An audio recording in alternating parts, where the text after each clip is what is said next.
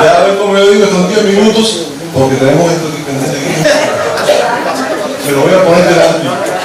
Miren, voy a hacer, además voy a poner el reloj. Por favor, no tenga callar sin pena. Además, yo hablo muy rápido y puede que no me entienda. Es un fenómeno. Bien, en definitiva. Miren, dice que cubanidad es cualidad de los cubanos, en tanto cubanía es la vocación de ser cubano. Son ambas, son categorías del espíritu, pero también son categorías de la voluntad. Es decir, hay que tener una intención de ser cubano, de asumir los valores de la identidad cultural cubana para ser cubano. Yo creo que sí que es cierto, y la prueba es que estamos aquí reunidos en una convención de la cubanidad. Si no hubiera un auto objetivo en esto, no estuviéramos aquí, ninguno de nosotros queremos ser cubanos. Entonces, lo que me interesa, bueno, cubano está en la literatura cubana, perdón, desde nuestro toma inaugural de nuestra literatura, desde el Espejo de Paciencia, la novela costumbrista del siglo XIX, está en toda la literatura republicana. Es muy interesante la novelística de esa época. No puedo detenerme en nada de esto porque entonces me van a sacar la tarjeta. No me interesa lo cubano ni la cubanía, me interesa Cuba, la narrativa cubana, más concretamente la narrativa cubana contemporánea. No Cuba, sino la preocupación por Cuba. Por eso lo digo de alguna manera que se entienda mejor. La preocupación por Cuba. ¿Qué es la contemporaneidad? Esa es la primera pregunta. ¿Cuáles son nuestros contemporáneos? ¿Quiénes son los autores que son nuestros contemporáneos? ¿Son autores que todavía están vivos? ¿Son autores que ya fallecieron, pero su obra todavía llega a los lectores? Esa es la pregunta que no voy a responder tampoco. Me voy a enfocar, estoy mirando el reloj todo el tiempo, prometo.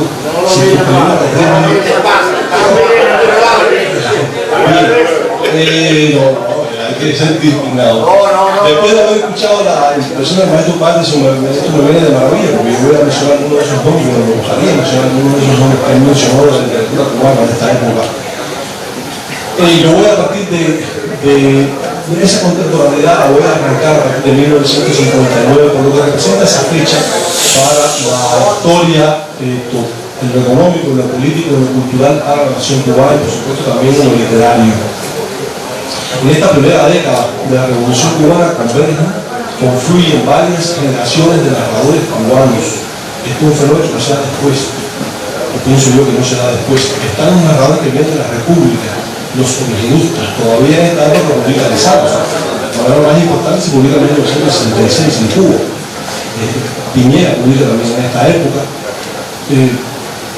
Defienden escriben con una libertad estética que lo vamos a ver después, en mi opinión.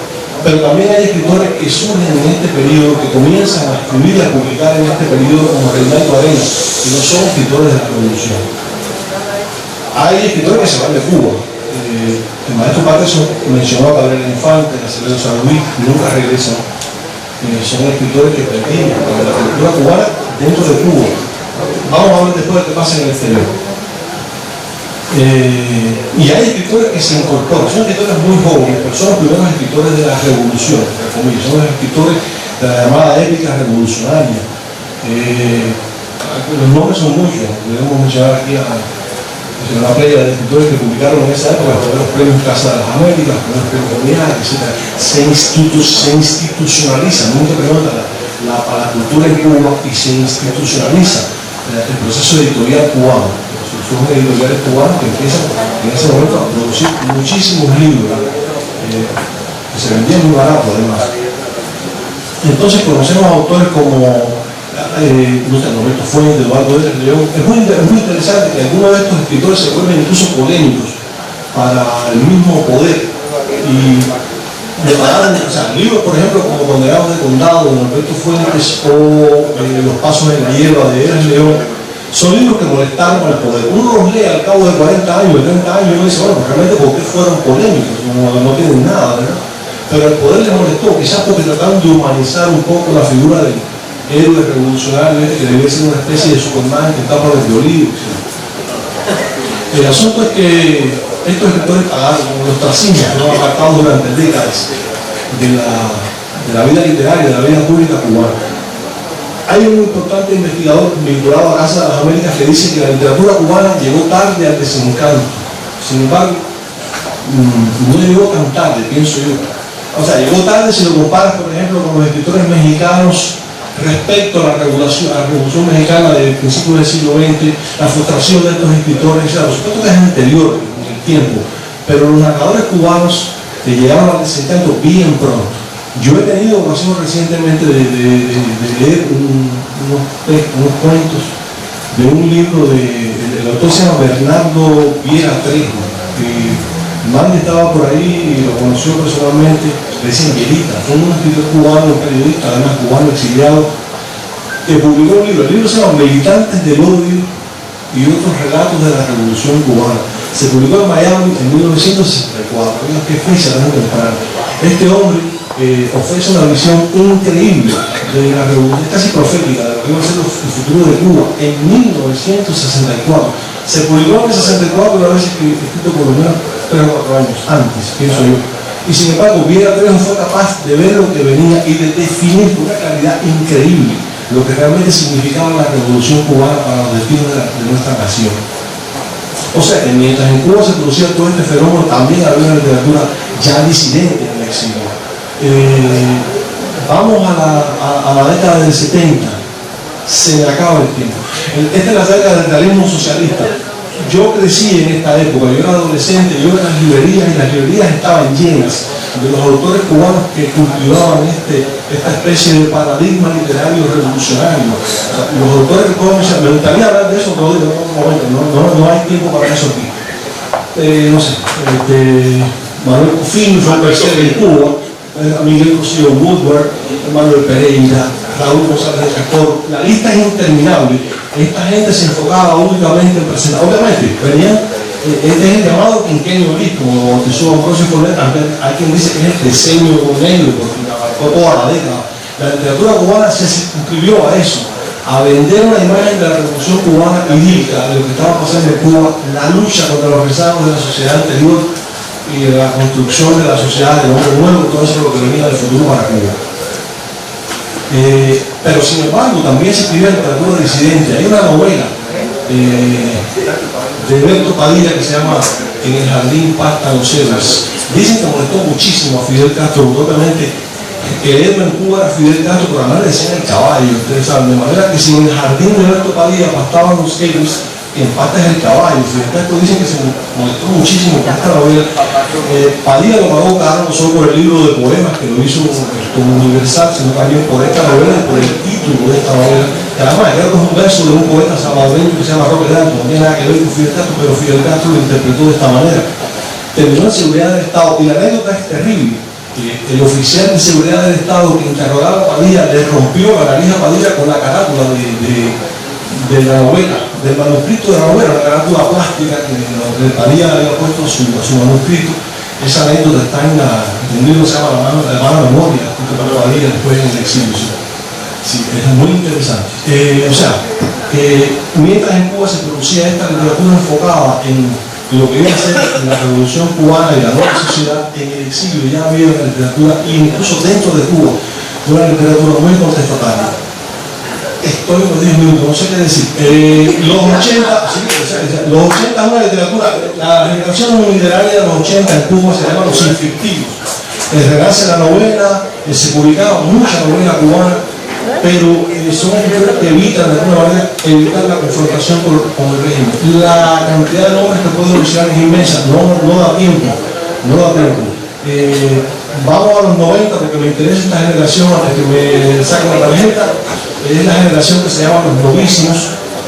Bueno, en los 80 está la generación Mariel en el exilio. Aquí hay escritores de la generación Mariel. O sea, es muy duro tener que cortar esto y no decir lo que yo quiero decir porque no me da tiempo. Pero aquí mismo hay escritores de la generación Mariel. Se fueron alrededor del año 80, un poquito antes, un poquito después, pero se agrupan desde el punto de vista literario.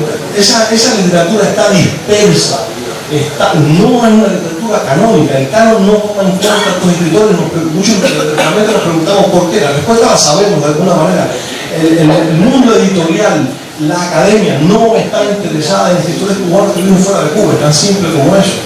Pero, en fin, voy a adelantar para terminar en tiempo. En los 90, una generación literaria, una generación literaria interesantísima en Cuba. Son los llamados novísimos. Aquí también hay escritores de la generación esta, los novísimos. Estos escritores, antes, en los 70, si había una pretensión de escribir la novela de la Revolución Cubana, una especie de síntesis histórica de los periodos más importantes de la nación cubana, etc., desaparece por completo. Dice Jorge Fornet en uno de sus ensayos que Cuba desaparece de la literatura cubana en los 90. Desaparece como totalidad, a ver si me explico. Es decir, esta gente no está interesada en el relato histórico, están interesados en el presente, el aquí y ahora. ¿Qué está pasando en Cuba en esa época? En el tenismo, los balseros, la gente que mataba vacas, la prostitución, la depauperación definitiva de la sociedad cubana. Esta gente, esta literatura es testimonial, y es muy periodística además. Si ustedes quieren saber qué pasaba en Cuba en los años 90, no vayan a la prensa porque no lo publicó, vayan a los narradores cubanos que no lo ven. Mucho, por supuesto, el epítome, ahí mencionaba aparte sobre el maestro, el epítome está en las novelas de Zoé Valdés y Pedro Juan Gutiérrez, concretamente la hablada cotidiana y te di la vida entera de Zoé Valdés, novelas de esa época, pero además la trilogía sucia de la Habana de Pedro Juan Gutiérrez y el rey de la Habana, novela, por favor.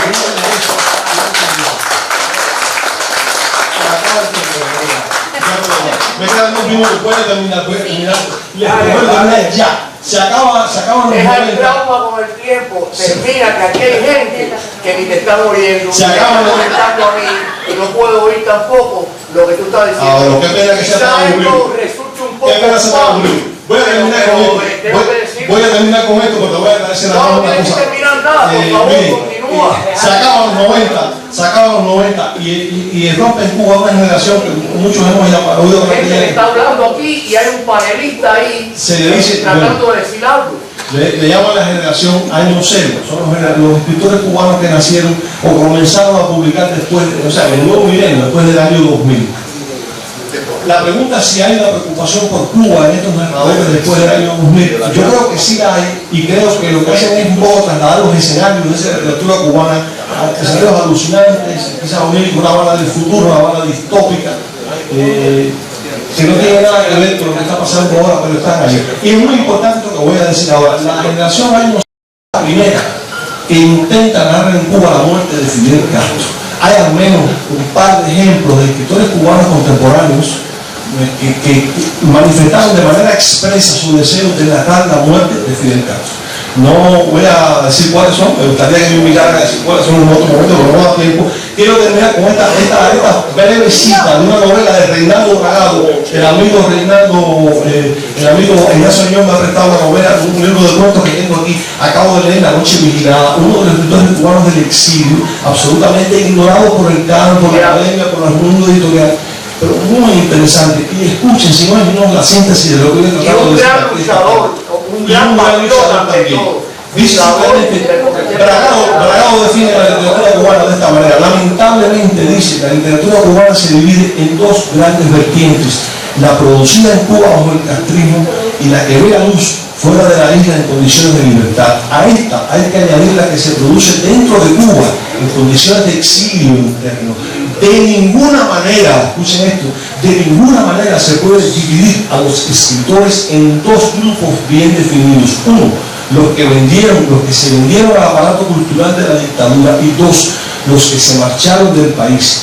Dentro de Cuba, sin integrarse a las filas estalinistas, hay muchos escribiendo para la gaveta del pudor. Y dice Bragado, es muy probable, ¿qué triste esto? Es muy probable que gran parte de esta literatura se pierda para siempre.